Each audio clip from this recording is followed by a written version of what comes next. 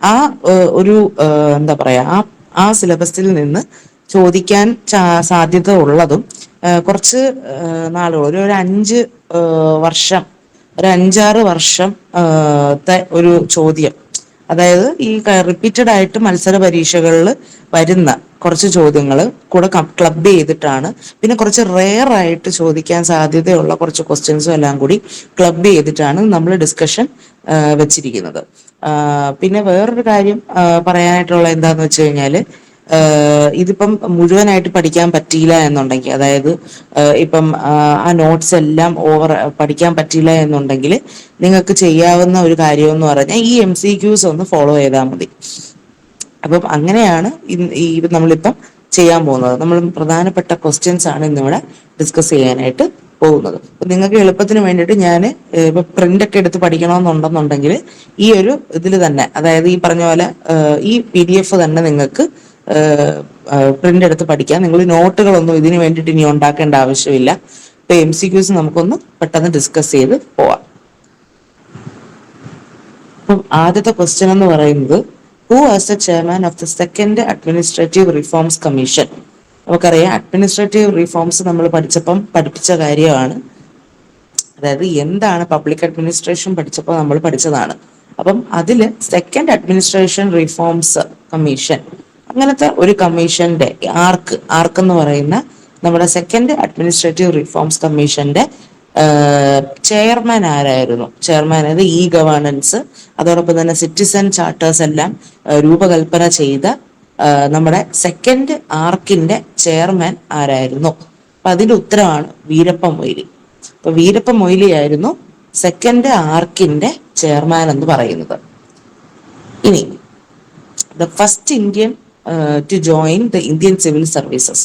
അപ്പൊ Indian civil നമ്മൾ public administration പഠിച്ചപ്പം നമ്മൾ ഇന്ത്യൻ സിവിൽ സർവീസസിനെ പറ്റി പഠിച്ചായിരുന്നു. അപ്പൊ ഇന്ത്യൻ സിവിൽ സർവീസിലേക്ക് നിയമനം ലഭിക്കുന്ന ആദ്യത്തെ ഇന്ത്യക്കാരൻ ആര് എന്നുള്ള ചോദ്യമാണ്. അതിന്റെ ഉത്തരമാണ് സത്യേന്ദ്രനാഥ് ടാഗോർ. ഇനി which body was created following Paul H Appleby? ആപ്പിൾബൈയുടെ, അതായത് നമ്മൾ അന്ന് ഇത് ഡിസ്കസ് ചെയ്തപ്പോഴും ഈ ഒരു പേര് നമ്മൾ ശ്രദ്ധിച്ചിട്ടുണ്ടായിരുന്നു. അതാണ് ആപ്പിൾബൈ. അപ്പം ആപ്പിൾബൈ, പോൾ എച്ച് ആപ്പിൾബൈ എന്ന് പറയുന്ന ഒരു ബ്രിട്ടീഷ് നേതാവല്ല, ബ്രിട്ടീഷ് അഡ്മിനിസ്ട്രേറ്റർ ഓഫീസറിന്റെ റെക്കമെൻഡേഷൻ വഴി ഇന്ത്യയിൽ രൂപീകരിച്ച ഒരു ഇൻസ്റ്റിറ്റ്യൂട്ട് ആണ് Indian institute of public administration, IIPA.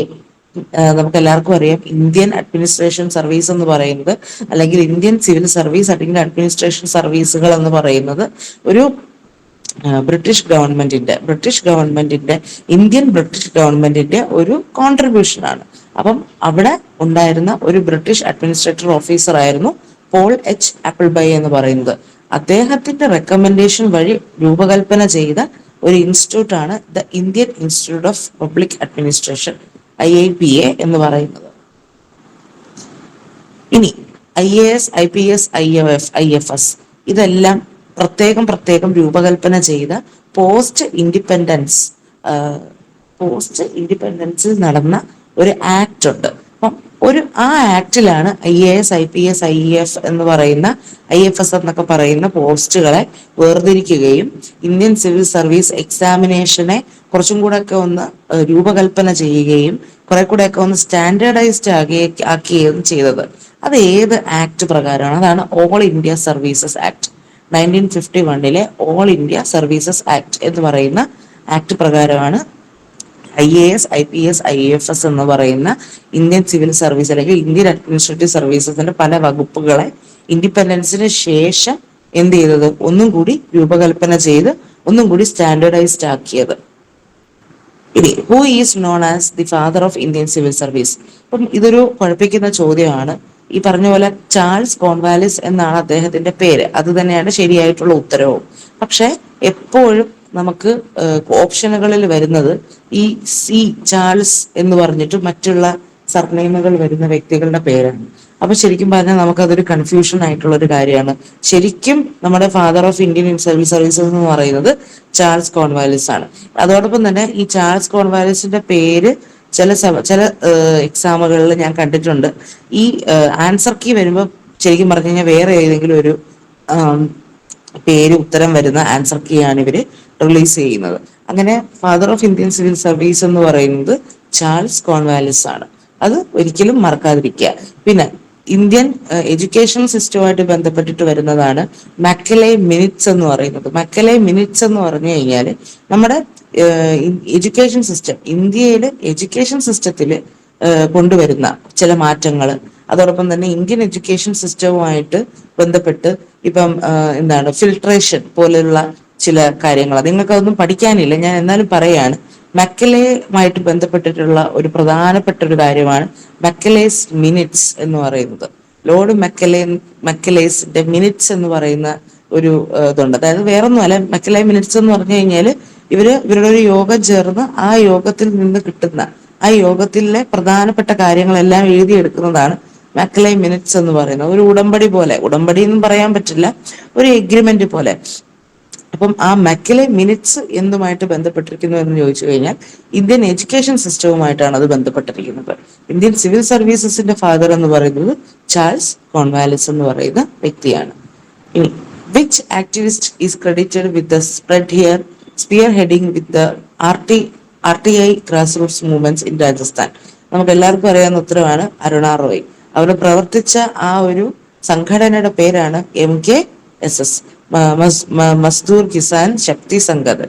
MKSS എന്ന് പറയുന്ന മസ്ദൂർ കിസാൻ ശക്തി സംഗതൻ എന്ന് പറയുന്ന ഒരു ഓർഗനൈസേഷനുമായി ചേർന്നാണ് Aruna Roy right to information act എന്ന് പറയുന്ന ഒരു ആക്ടിനെ രൂപകൽപ്പന ചെയ്യുകയും ആ ഒരു ആക്ട് വരാൻ വേണ്ടി പ്രയത്നിച്ച ഒരു വ്യക്തിയാണ് അരുണ റോയ് എന്ന് പറയുന്നത്. ഓക്കെ, ഇനി what was the major change introduced by the 2019 RTI Amendment Act? RTI Amendment Act പ്രകാരം ഉണ്ടായ ഒരു പ്രധാനപ്പെട്ട ചേഞ്ച് എന്താണ്? ഒരു അമെൻമെന്റിൽ ഉണ്ടായ ചേഞ്ച് എന്താണെന്ന് നോക്കാം. അത് ഈ പറയുന്നതെല്ലാം തന്നെ എന്താണ്, ശരിക്കും പലതരത്തിലുള്ള ആക്ടുകൾ വഴി ഉണ്ടായ കാര്യമാണ്. അതായത് RTIനെ റിപ്പീൽ ചെയ്യുക എന്ന് പറഞ്ഞാൽ ഒന്നും കൂടി ഭേദഗതി വരുത്തുക. അതോടൊപ്പം തന്നെ നമ്മുടെ ഹ്യൂമൻ NHRCയുടെ കാര്യങ്ങൾ, അതോടൊപ്പം തന്നെ സെൻട്രൽ ഗവൺമെന്റ്, ഇതെല്ലാം സെൻട്രൽ ഗവൺമെന്റിന്റെ നേരിട്ടുള്ള RTIയുമായിട്ടുള്ള നേരിട്ടുള്ള ലയനം, ഇതെല്ലാം എന്താണ് പലതരത്തിലുള്ള ആക്ടുകൾ വഴി വന്ന അമെൻമെന്റുകൾ വഴി വന്നിട്ടുള്ളതാണ്. ശരിക്കും പറഞ്ഞു കഴിഞ്ഞാൽ ഈ ഒരു 2019 ഇൻട്രൊഡ്യൂസ് ചെയ്ത RTIയുടെ അമെൻമെന്റ് ആക്ടിൽ വന്നിരിക്കുന്ന പ്രധാനപ്പെട്ട ചേഞ്ചാണ് സാലറി, കമ്മീഷണേഴ്സിന്റെ സാലറിയും അതോടൊപ്പം തന്നെ സെൻട്രൽ ഗവൺമെന്റിന്റെ ഒരു ഡിസ്ക്രിഷൻ എന്ന് പറഞ്ഞു കഴിഞ്ഞാൽ ഇപ്പൊ ഗവൺമെന്റിന് നേരിട്ട് പണ്ട് എന്ത് ചെയ്യാമായിരുന്നു, സാലറി നിശ്ചയിക്കാമായിരുന്നു. പിന്നീട് എന്ത് ചെയ്തു, പിന്നീട് അത് ശക്തമായിട്ട് കോൺസ്റ്റിറ്റ്യൂഷന്റെ കീഴിൽ വരുന്ന ഒരു ആക്ട് ആയിട്ട് അത് മാറ്റുകയുണ്ടായി. ആദ്യമൊക്കെ സെൻട്രൽ ഗവൺമെന്റിന് അവരവരുടെ ഇഷ്ടപ്രകാരമുള്ള സാലറി എന്ത് ചെയ്യാമായിരുന്നു, അലോട്ട് ചെയ്യാമായിരുന്നു, അതിനെ പലതരത്തിലുള്ള രീതിയിൽ മാറ്റാമായിരുന്നു. പക്ഷെ ഇപ്പം എന്താണ് ചെയ്തിരിക്കുന്നത്, അതിനെ സ്ട്രിക്ട്ലി ഒരു ആക്ടുമായിട്ട് സംയോജിപ്പിച്ചിട്ടാണ് എന്ത് ചെയ്തിരിക്കുന്നത്, സാലറിയും അതോടൊപ്പം തന്നെ ടെന്യൂർ, അതായത് എത്ര കാലാവധി എന്നുള്ളതും എല്ലാം നിയന്ത്രിച്ചിരിക്കുന്നത്. ഇനി which organisation did Arvind Kejriwal use to expose the ration system via RTI? നമുക്ക് എല്ലാവർക്കും അറിയാവുന്നതാണ്. MKSS ഒരു കാരണവശാലും അല്ല. കാര്യം MKSS എന്ന് പറഞ്ഞു കഴിഞ്ഞാൽ എന്താണ്, രാജസ്ഥാനിൽ നടന്ന ഒരു ശക്തി സംഘടൻ ഗ്രൂപ്പാണ്. അരവിന്ദ് കെജ്രിവാൾ നേരിട്ട് വർക്ക് ചെയ്തിരിക്കുന്ന ഓർഗനൈസേഷൻ എന്ന് പറയുന്നത് പരിവർത്തൻ എന്ന് പറയുന്ന ഒരു ഓർഗനൈസേഷനാണ്. Who was the first RTI activist appointed as the Chief Information Commissioner? CIC chief information കമ്മീഷണറായി സ്ഥാനമേറ്റ ആദ്യത്തെ ഒരു ആക്ടിവിസ്റ്റ്, RTI ആക്ടിവിസ്റ്റ് ആരാണ് എന്നൊരു ചോദ്യമാണ്. ഇപ്പൊ നമുക്ക് നിഖിൽ ഡേ ആണെങ്കിലും അതോടൊപ്പം തന്നെ അരുണ റോയ്, ശൈലേഷ് ഗാന്ധി, ഇവരെല്ലാരും കൂടി ചേർന്നാണ് MKSS വളരെ ശക്തമായിട്ടുള്ള ഒരു സംഘടനയാക്കി മാറ്റിയതും അതിന്റെ ഫലമായി RTI ഇൻട്രൊഡ്യൂസ് ചെയ്തതും എല്ലാം. അപ്പം RTI ആക്ടിവിസ്റ്റ് ആയിരുന്ന ആദ്യത്തെ ആക്ടിവിസ്റ്റ് ആയ പിന്നീട് ചീഫ് ഇൻഫർമേഷൻ കമ്മീഷണറായി മാറിയ വ്യക്തി ആരാണ് എന്ന ചോദ്യത്തിന് ഉത്തരമാണ് ശൈലേഷ് ഗാന്ധി എന്ന് പറയുന്നത്. ഇനി ഇതും ഒരു പ്രധാനപ്പെട്ട ഒരു ചോദ്യമാണ്. ഹം ജാനേങ്കെ ഹം ജിയേങ്കെ, ഞങ്ങൾ അറിയും ഞങ്ങൾ ജയിക്കും എന്ന്, ഞങ്ങൾ ജീവിക്കും, ഞങ്ങൾ വിജയിച്ച് ജീവിക്കും എന്ന് പറയുന്ന ഒരു സ്ലോഗൻ എന്തുമായി ബന്ധപ്പെട്ടിരിക്കുന്നു? അത് ഞാൻ പഠിപ്പിച്ചതാണ്. MKSS അതോടൊപ്പം തന്നെ RTI പ്രൊട്ടസ്റ്റുമായിട്ട് ബന്ധപ്പെട്ടതാണ്. ഹം ജാനേങ്കെ ഹം ജിയേങ്കെ എന്ന് പറഞ്ഞിട്ടുള്ള ഒരു സ്ലോഗൻ. ഓക്കെ, ഇപ്പൊ MKSS എന്ന് പറയുന്നത് വീണ്ടും ഞാൻ പറയാണ്, RTI എന്ന് കേൾക്കുമ്പോൾ, റൈറ്റ് ടു ഇൻഫർമേഷൻ എന്ന് കേൾക്കുമ്പോൾ തീർച്ചയായിട്ടും നിങ്ങൾ മനസ്സിലാക്കിയിരിക്കേണ്ട ഒരു കാര്യമാണ് MKSS എന്ന് പറയുന്നത്. MKSS, RTI, അതോടൊപ്പം തന്നെ അരുണ റോയ്, അതോടൊപ്പം തന്നെ രാജസ്ഥാൻ എന്ന് പറയുന്ന സംസ്ഥാനം, ഇതെല്ലാം നിങ്ങൾ ഓർക്കേണ്ട ഒരു കാര്യം കൂടെയാണ്. അപ്പൊ ഹം ജാനേങ്കെ ഹം ജിയേങ്കെ എന്ന് പറയുന്നത് MKSS-ഉം RTI-യുമായി ബന്ധപ്പെട്ടിരിക്കുന്നു. The universal declaration of human rights, UDHR. UDHR UN adopt ചെയ്ത് എന്നാണ്? ഇത് വളരെയധികം എല്ലാവർക്കും അറിയാവുന്ന ഒരു ഉത്തരമാണ്. 1948 UDHR എന്ത് ചെയ്തത്? UN അഡോപ്റ്റ് ചെയ്യുന്നത്. ഹ്യൂമൻ റൈറ്റ്സ് എന്ന് പറയുന്നത് അങ്ങനത്തെ ഒരു ആശയം തന്നെ ആദ്യം അത് യൂണിവേഴ്സലി ഡിക്ലെയർ ചെയ്യപ്പെടുന്നത്, ഐക്യരാഷ്ട്ര സംഘടന, ലോക സംഘടന എന്ത് ചെയ്യാണ്? അതിനെ അംഗീകരിച്ചതും അതോടൊപ്പം തന്നെ അതൊരു യൂണിവേഴ്സൽ റൈറ്റ് ആയിട്ട് ഡിക്ലെയർ ചെയ്തതും 1948. ഇനി who chaired the committee that drafted UDHR? ഇതും വളരെയധികം പ്രധാനപ്പെട്ട ഒരു ചോദ്യം തന്നെയാണ്. എലിയനോർ റൂസ്വെൽറ്റ്. എലിയനോർ റൂസ്വെൽറ്റ് എന്ന് പറയുന്ന വ്യക്തിയാണ് ആദ്യമായിട്ട്, നമുക്ക് ആ ഒരു വ്യക്തിത്വത്തെ പറ്റി ഞാൻ പറഞ്ഞിട്ടുണ്ടായിരുന്നു, UDHR ഡ്രാഫ്റ്റ് ചെയ്തത് നമ്മുടെ എലിയനോർ റൂസ്വെൽറ്റ് ആണ്.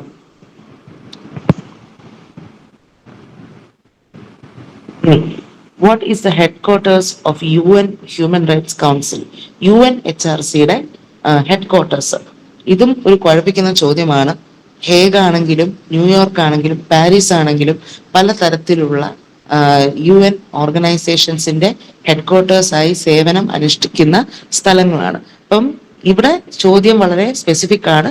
UNന്റെ ഹ്യൂമൻ റൈറ്റ്സ് കൗൺസിൽ എവിടെയാണ്, ഹെഡ് ക്വാർട്ടേഴ്സ് എവിടെയാണ് എന്നാണ് ചോദ്യം. ഉത്തരം ജനേവയിൽ ആണ്. ഇനി which Indian leader become the first women president of UN general assembly? ഇതും വളരെയധികം നമുക്ക് എല്ലാവർക്കും അറിയാവുന്ന ചോദ്യമാണ്. വിജയലക്ഷ്മി പണ്ഡിറ്റ്. വിജയലക്ഷ്മി പണ്ഡിറ്റ് ആണ് ഇന്ത്യൻ സ്ത്രീ, അതായത് സ്ത്രീയും പുരുഷനും, അതായത് ഇന്ത്യക്കാരൻ ആയിട്ടുള്ള, ഇന്ത്യൻ വംശജയായിട്ടുള്ള ഒരു വ്യക്തി ആരാണ്? വിജയലക്ഷ്മി പണ്ഡിറ്റാണ്. അപ്പം നമ്മുടെ UNന്റെ ജനറൽ അസംബ്ലിയുടെ വിമൻ പ്രസിഡന്റും അതോടൊപ്പം തന്നെ ആദ്യമായിട്ട് ഈ ഒരു സ്ഥാനം വഹിക്കുന്ന ഇന്ത്യയിൽ നിന്നുള്ള വ്യക്തിയും ആരാണ്? വിജയലക്ഷ്മി പണ്ഡിറ്റാണ്. Which day is observed as human rights day? ഇതും നമ്മൾ പറഞ്ഞിട്ടുള്ള, എല്ലാവർക്കും അറിയാവുന്ന വളരെ കോമൺ ആയിട്ടുള്ള ഒരു ചോദ്യമാണ്. December 10. ആർട്ടിക്കിൾ 50, അതായത് ഇന്ത്യൻ കോൺസ്റ്റിറ്റ്യൂഷന്റെ ആർട്ടിക്കിൾ 50 എന്തുമായി ബന്ധപ്പെട്ടിരിക്കുന്നു? Independence of election commission, right to education, separation of judiciary from executive, direct principles. Article 50 എന്ന് പറയുന്നത് എന്തുമായി ബന്ധപ്പെട്ടിരിക്കുന്നു? അപ്പം ജുഡീഷ്യറിയും എക്സിക്യൂട്ടീവും ലെജിസ്ലേച്ചറും അടങ്ങുന്ന 3 ഓർഗൻസ് ആണ് നമ്മുടെ ഗവൺമെന്റിനുള്ളത്. Judiciary, executive and legislature. Legislature എന്ന് പറയുന്നത് നിയമത്തിനെ എന്ത് ചെയ്യാണ്? ഉണ്ടാക്കുകയാണ്. ഇത് ഇംപ്ലിമെന്റ് ചെയ്യുന്നത് ആരാണ്? എക്സിക്യൂട്ടീവ് ആണ്. ഇനി ഇത് ശരിക്കും പാലിക്കപ്പെടുന്നുണ്ടോ എന്ന് മനസ്സിലാക്കുന്നതാണ് ജുഡീഷ്യറി. അപ്പം ഇവിടെ ഡയറക്റ്റീവ് പ്രിൻസിപ്പിൾസ് എന്ന് പറയുന്നത് നമുക്ക് കോൺസ്റ്റിറ്റ്യൂഷന്റെ ഭരണഘടനയിൽ തന്നെ നമുക്ക് ഒരു സ്റ്റേറ്റ് എങ്ങനെ വേണം, അല്ലെങ്കിൽ സ്റ്റേറ്റ് എങ്ങനെ പെരുമാറണം എന്ന് പറയുന്നതാണ് ഡയറക്റ്റീവ് പ്രിൻസിപ്പിൾസ് എന്ന് പറയുന്നത്. Directive principles of state policy എന്ന് പറയുന്നത്. ഇലക്ഷൻ കമ്മീഷന്റെ ഇൻഡിപെൻഡൻസ്, റൈറ്റ് ടു എഡ്യൂക്കേഷൻ, ഇതൊന്നും ആർട്ടിക്കിൾ 50 പെടുന്നത്. അപ്പം നമുക്ക് അറിയാവുന്ന ഒരു കാര്യമാണ് 3 ഓർഗൻസ്, ഗവൺമെന്റിന്റെ 3 organs: judiciary, legislature, executive. Judiciary എന്ന് പറയുന്നതിനെ എക്സിക്യൂട്ടീവിൽ നിന്നും വേർതിരിക്കപ്പെടുന്ന, അല്ലെങ്കിൽ അതിനെ സെപ്പറേറ്റ് ആയിട്ട് കാണാനായിട്ട് അനുമാനം ചെയ്യുന്ന ഒരു ആർട്ടിക്കിളാണ് ആർട്ടിക്കിൾ 50 എന്ന് പറയുന്നത്. ഇനി നമുക്കറിയാം പ്രസിഡന്റിനെ എങ്ങനെയാണ് സെലക്ട് ചെയ്യുന്നത്? ഒരു എം പിസും എം എൽ എസും അടങ്ങുന്ന ഒരു ഇലക്ട്രോളർ കോളേജ് വഴിയാണ് ആര് സെലക്ട് ചെയ്യുന്നത്? പ്രസിഡന്റിനെ നമ്മൾ സെലക്ട് ചെയ്യുന്നത്. ലോക്സഭ നമുക്കറിയാം, നമ്മൾ നേരിട്ടാണ് നമ്മൾ വോട്ട് ചെയ്യുന്നത്. രാജ്യസഭ എന്ന് പറയുന്നതും സ്റ്റേറ്റ് ആണ് റെപ്രസെന്റ് ചെയ്തത്. സ്റ്റേറ്റ്, ഓരോ സ്റ്റേറ്റിൽ നിന്നും ഉള്ള റെപ്രസെന്റേഷൻ ആണ് രാജ്യസഭയിൽ വരുന്നത്. അപ്പോൾ അതും ഓർത്തിരിക്കുക, മനസ്സിലാക്കുക. പ്രസിഡന്റിനെ ആരാണ് തെരഞ്ഞെടുക്കുന്നത്? ഇലക്ടോറൽ കോളേജ് വഴിയാണ്. എം പിസും എം എൽ എസും അടങ്ങുന്ന ഇലക്ടോറൽ കോളേജ് വഴിയാണ് ആരെ സെലക്ട് ചെയ്യുന്നത്? പ്രസിഡന്റിനെ സെലക്ട് ചെയ്യുന്നത്. ഇനി മണി ബിൽസ്.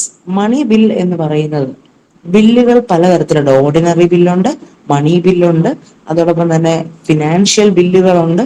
പക്ഷെ മണി ബിൽ എന്ന് പറയുന്നത് എവിടെ മാത്രമേ നമുക്ക് സബ്മിറ്റ് ചെയ്യാൻ പറ്റുള്ളൂ, അല്ലെങ്കിൽ ഇൻട്രൊഡ്യൂസ് ചെയ്യാൻ പറ്റുന്നുള്ളൂ? ലോക്സഭയിൽ മാത്രമേ നമുക്ക് ഇൻട്രൊഡ്യൂസ് ചെയ്യാൻ പറ്റുള്ളൂ. അപ്പൊ മണി ബിൽ എന്ന് പറയുന്നത് നമുക്ക് ലോക്സഭയിൽ മാത്രമേ ഇൻട്രൊഡ്യൂസ് ചെയ്യാൻ കഴിയുകയുള്ളൂ. ഇനി the first reading of bill in parliament includes. First reading of parliament. First reading of bill, അതായത് ബില്ല് ഒരു ലോ ആകണമെന്നുണ്ടെങ്കിൽ ഒട്ടനവധി പ്രോസസ്സുകൾ കടന്നതാണ്. അപ്പോൾ ആദ്യത്തെ അതായത് ആദ്യം ഒരു ബില്ല്, ആ ബില്ല് ഇൻട്രൊഡ്യൂസ് ചെയ്യപ്പെടുന്നത് എങ്ങനെയാണ് എന്നാണ് ചോദ്യം. ആദ്യമേ തന്നെ എന്താണ് അതിനെ ഇൻട്രൊഡ്യൂസ് ചെയ്യുക, അതോടൊപ്പം തന്നെ ഗസറ്റിൽ പബ്ലിഷ് ചെയ്യുക. അപ്പോൾ അതാണ് ശരിക്കും പറഞ്ഞു കഴിഞ്ഞാൽ first reading of A bill എന്ന് പറയുന്നത്. ഫസ്റ്റ് റീഡിംഗ് എന്ന് പറഞ്ഞു കഴിഞ്ഞാൽ ബില്ല് എങ്ങനെയാണോ നമ്മുടെ ലോക്സഭയിൽ അവതരിക്കപ്പെടുന്നത്, ഇപ്പൊ മണി ബില്ലായാലും എന്ത് ബില്ലായാലും കൂടുതലും സാധാരണഗതിയിൽ എപ്പോഴും എന്ത് ബില്ലുകളാണെങ്കിലും അത് അവതരിക്കപ്പെടുന്നത് ലോക്സഭയിലാണ്. മണി ബില്ല് പ്രത്യേകിച്ച് ലോക്സഭയിൽ മാത്രമേ എന്ത് ചെയ്യാവുള്ളൂ, അവതരിപ്പിക്കാറുള്ളൂ. അപ്പൊ അങ്ങനെ അവതരിപ്പിക്കുമ്പോൾ അതിനെ ശരിക്കും ഇൻട്രൊഡ്യൂസ് ചെയ്യുന്നത് ഏത് രീതിയിലാണ് അതിനെ ഇൻട്രൊഡ്യൂസ് ചെയ്യുന്നത്? Introduction and publication in gazette. ഗസറ്റിൽ ഇൻട്രൊഡ്യൂസ് ചെയ്തുകൊണ്ടും അതോടൊപ്പം തന്നെ പബ്ലിഷ് ചെയ്തുകൊണ്ടുമാണ് ഒരു ബില്ലിനെ നമ്മൾ പാർലമെന്റിൽ ആദ്യമായിട്ട് റീഡിങ്ങിന് വെക്കുന്നത്. ഇനി the Speaker of Lok Sabha has the final authority to certify a bill as money bill. Money bill എന്ന് പറയുന്നത് നമുക്ക് എല്ലാവർക്കും അറിയാവുന്ന ഒരു കാര്യമാണ്. ഞാൻ നേരത്തെ പറഞ്ഞു, ലോക്സഭയിൽ അവതരിപ്പിച്ചത് കൊണ്ട് മാത്രം ഒരു ബില്ല് എന്താവണം എന്നില്ല, മണി ബിൽ ആവണം എന്നില്ല. ആ മണി ബില്ലാണ് എന്ന് അംഗീകരിക്കേണ്ടത് ലോക്സഭയിലെ സ്പീക്കറാണ്. അപ്പോൾ ലോക്സഭയിലെ സ്പീക്കറിന് ഇവിടെ എന്താണ് ഒരു ഒരു ഉത്തരവാദിത്വം എന്നുള്ളത് മനസ്സിലാക്കുക. അതായത് മണി ബില്ലാണെങ്കിലും എന്ത് ബില്ലാണെങ്കിലും അത് അവതരിപ്പിക്കുമ്പോൾ അതൊരു മണി ബില്ലാണ് അവതരിപ്പിച്ചത് എന്ന് സർട്ടിഫൈ ചെയ്യേണ്ടത് സ്പീക്കറാണ്, ലോക്സഭയിലെ സ്പീക്കറാണ്. അപ്പൊ ലോക്സഭയിലെ സ്പീക്കറുടെ ജോലി എന്താണ് എന്ന് ഞാൻ പറഞ്ഞിട്ടുണ്ടായിരുന്നു. ലോക്സഭയിലെ സ്പീക്കർ ഉള്ളതുപോലെ തന്നെയാണ് രാജ്യസഭയിലെ വൈസ് പ്രസിഡന്റും ഉള്ളത്. സ്പീക്കർ ലോക്സഭയിലാണ് പ്രൊസീഡ് ചെയ്യുന്നത്, ലോക്സഭ ചർച്ചകൾ പ്രൊസീഡ് ചെയ്യുന്നതെല്ലാം സ്പീക്കറാണ്. അതേസമയം രാജ്യസഭയിലെ ചർച്ചകളെല്ലാം പ്രൊസീഡ് ചെയ്യുകയും നിയന്ത്രിക്കുകയും ചെയ്യുന്നത് വൈസ് പ്രസിഡന്റും ആണ്. ഇനി നാഷണൽ സോഷ്യൽ അസിസ്റ്റൻസ് പ്രോഗ്രാം. എന്താണ് നാഷണൽ സോഷ്യൽ അസിസ്റ്റൻസ് പ്രോഗ്രാം? അതായത് നമ്മുടെ സോഷ്യൽ അസിസ്റ്റൻസ്, നമ്മുടെ സൊസൈറ്റിയിൽ ഡിപ്പെൻഡന്റ് ആയിട്ട് ഇരിക്കുന്നവർ, അതായത് മറ്റുള്ളവരുടെ സഹായം വേണം എന്ന് ഉള്ളവർ, അതായത് വേണം എന്ന് വെച്ച് കഴിഞ്ഞാൽ മറ്റുള്ളവരുടെ സഹായം, അതായത് അവർക്ക് ചില വൾണറബിലിറ്റീസ് ഉണ്ടാവുകയും അവർക്ക് എന്തെങ്കിലും ഒരു അസിസ്റ്റൻസ് വേണം എന്ന് തോന്നുന്ന ഒരു ഗ്രൂപ്പാണ് വൾണറബിൾ ഗ്രൂപ്പ്. അങ്ങനെ വൾണറബിൾ ഗ്രൂപ്പായിട്ടുള്ള വിഡോസ്, അതായത് വിധവകൾ, അതോടൊപ്പം തന്നെ പ്രായത്തിൽ മുതിർന്ന പൗരന്മാർ, അതോടൊപ്പം തന്നെ മുതിർന്ന സ്ത്രീകൾ, വയോധികർ, ഇവരുടെ എല്ലാവരുടെയും ക്ഷേമത്തിന് വേണ്ടിയിട്ടുള്ള ഒരു പ്രോഗ്രാമാണ് national social assistance programme. National social assistance programme എന്ന് പറയുന്നത്. ഇനി which scheme offers hostel facilities for SC students at higher secondary and college levels? ഇതും വളരെയധികം നമ്മൾ ഓർത്തിരിക്കേണ്ട ഒരു ചോദ്യമാണ്. അതായത് SC സ്റ്റുഡൻസ് എന്ന് പറയുമ്പോൾ സ്കെഡ്യൂൾഡ് കാസ്റ്റിലെ സ്റ്റുഡൻസിന് അവർക്ക് ഹോസ്റ്റൽ ഫെസിലിറ്റീസ് എല്ലാം ഓഫർ ചെയ്യുന്ന ഒരു സ്കീം. എന്താണ് ആ സ്കീം? ആ സ്കീമാണ് ബാബു ജഗജീവൻ ഛത്രവസ് യോജന. ബാബു ജഗജീവൻ ഛത്രവസ് യോജന. ഓക്കെ. ഇനി PMAY എന്താണെന്നറിയാലോ. PMAY എന്ന് പറയുന്നത് പ്രധാനമന്ത്രി ആവാസ് യോജനയാണ്.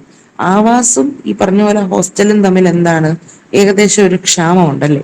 പക്ഷെ ഇവിടെ നമ്മൾ എടുത്തു പഠിക്കേണ്ട ഒരു കാര്യമാണ് ഈ പറയുന്ന ബാബു ജഗ്ജീവൻ രാം ഛത്രവാസ് യോജന എന്ന് പറയുന്നത്. അതായത് ഹോസ്റ്റൽ ഫെസിലിറ്റീസ്, പിന്നാക്ക വിഭാഗത്തിലുള്ള ആളുകൾക്ക്, വിദ്യാർത്ഥികൾക്ക് ഹോസ്റ്റൽ ഫെസിലിറ്റീസ് പ്രൊവൈഡ് ചെയ്യുന്നതാണ്. ഇനി എന്താണ് സമഗ്ര ശിക്ഷ അഭിയാൻ എന്ന് പറയുന്നത്? സമഗ്ര ശിക്ഷ അഭിയാനൊന്നും നിങ്ങൾക്ക് പഠിക്കാനില്ല, പക്ഷെ എന്നാലും ഞാൻ പറയുകയാണ്. യൂണിവേഴ്സൽ എഡ്യൂക്കേഷൻ, അതായത് എഡ്യൂക്കേഷൻ ഇന്ത്യയിലുള്ള എല്ലാ കുട്ടികൾക്കും 6 വയസ്സ് മുതൽ 14 വയസ്സ് വരെയുള്ള എല്ലാ കുട്ടികൾക്കും എലമെന്ററി എഡ്യൂക്കേഷൻ തീർത്തും ആവശ്യമാക്കണം എന്ന് പറഞ്ഞ ഒരു അഭിയാൻ, ഒരു എന്താണ്, ഒരു ആക്റ്റാണ് അല്ലെങ്കിൽ ഒരു നിയമമാണ് സർവശിക്ഷ അഭിയാൻ എന്ന് പറയുന്നത്. സമഗ്ര ശിക്ഷ അഭിയാൻ എന്ന് പറഞ്ഞു കഴിഞ്ഞാൽ ഈ ഈ സർവശിക്ഷ അഭിയാന്റെ ഒരു എന്താണ്, ഒരു സബ്സിഡറി ആയിട്ട് നമുക്ക് കണക്കാക്കാവുന്ന ഒരു അഭിയാൻ അല്ലെങ്കിൽ ഒരു നിയമമാണ് സമഗ്ര ശിക്ഷ അഭിയാൻ എന്ന് പറയുന്നത്.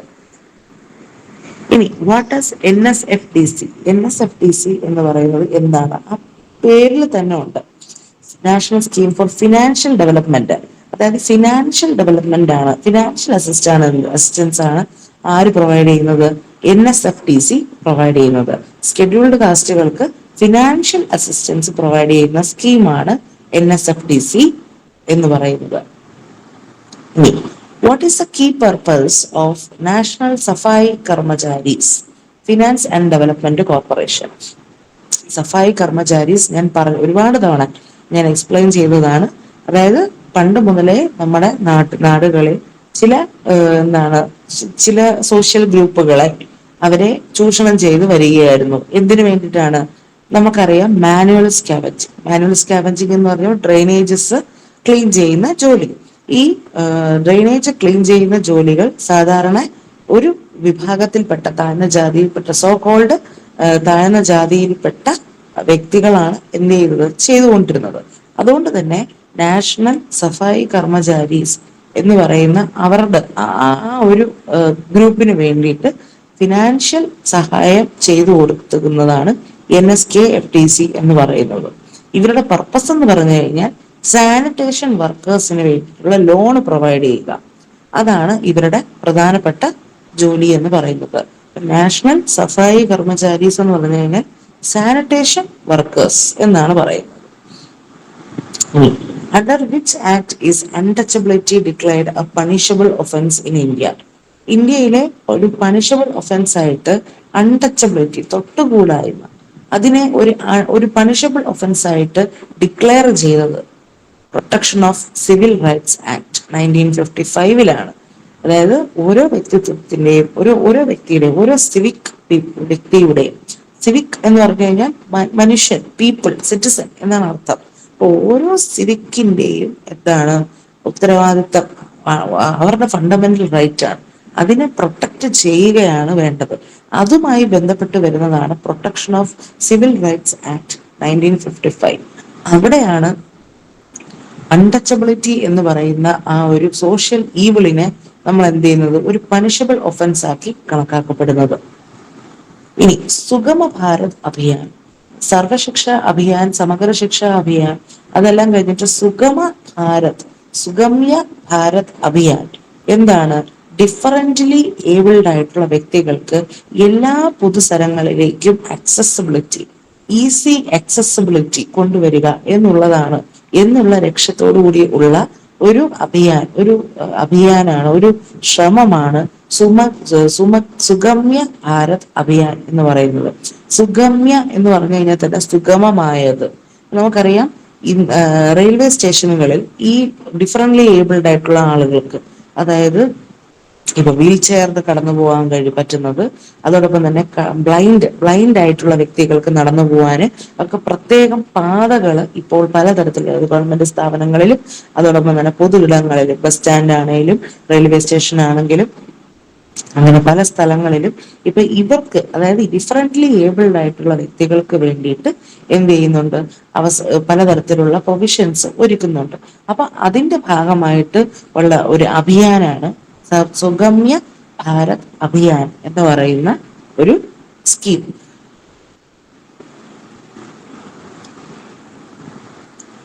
Which of the following is a venture capital scheme exclusively for SC entrepreneurs?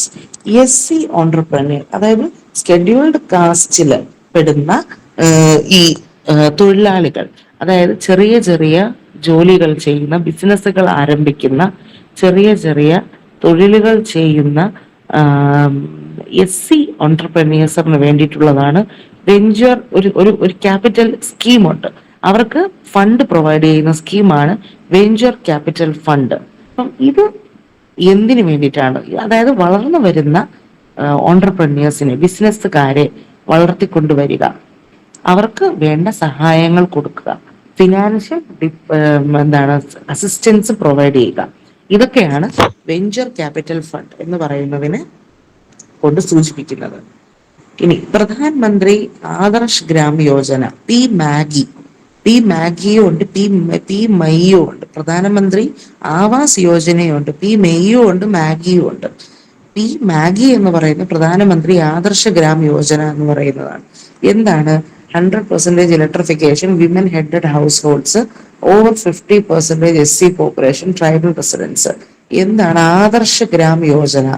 ആദർശ ഗ്രാം യോജന എന്ന് പറഞ്ഞു കഴിഞ്ഞാൽ വില്ലേജസ്, അതായത് ഗ്രാമങ്ങളിൽ 50%-ലേറെ SC പോപ്പുലേഷൻ ഉള്ള ഗ്രാമങ്ങളെ എന്ത് ചെയ്യുക, ടാർഗറ്റ് ചെയ്തുകൊണ്ട് അവിടെ ബേസിക് ഫെസിലിറ്റീസും അമ്യൂണിറ്റീസും പ്രൊവൈഡ് ചെയ്യുക. അതാണ് പ്രധാനമന്ത്രി ആദർശ ഗ്രാം യോജന കൊണ്ട് ഉദ്ദേശിക്കുന്നത്.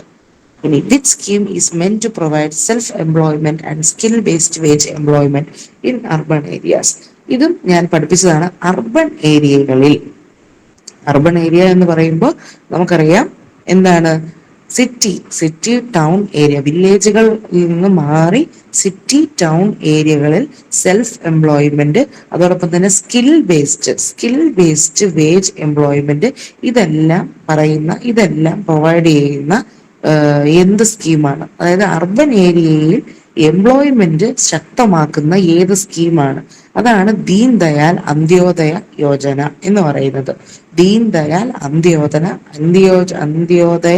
യോജന എന്ന് പറയുന്നത്. പി മെയ് ഞാൻ നേരത്തെ ആവാസ് യോജന, എൻറം എന്ന് പറഞ്ഞു കഴിഞ്ഞാൽ നാഷണൽ റൂറൽ അർബൻ ഡെവലപ്മെന്റ്, അതാണ് ഈ പറയുന്നത്. അപ്പം ഇവിടെ സെൽഫ് എംപ്ലോയ്മെന്റ്, അതോടൊപ്പം തന്നെ സ്കിൽ ബേസ്ഡ്, അതായത് ഒരു തൊഴിലധിഷ്ഠിതമായിട്ടുള്ള അല്ലെങ്കിൽ ഒരു കഴിവ്, ഇപ്പൊ എന്തിലെങ്കിലും ഒരു സ്കില്ലിൽ ഒരു ഇമ്പോർട്ടൻസ് കൊടുത്തുകൊണ്ട് ലഭിക്കുന്ന ജോലി, അതോടൊപ്പം തന്നെ അതുമായി ബന്ധപ്പെട്ടിട്ടുള്ള എംപ്ലോയ്മെന്റ്, ഇതെല്ലാത്തിനും കൂടെ വേണ്ടിയിട്ടുള്ള സ്കീമാണ് ദീൻ ദയാൽ അന്ത്യോദയ യോജന എന്ന് പറയുന്നത്.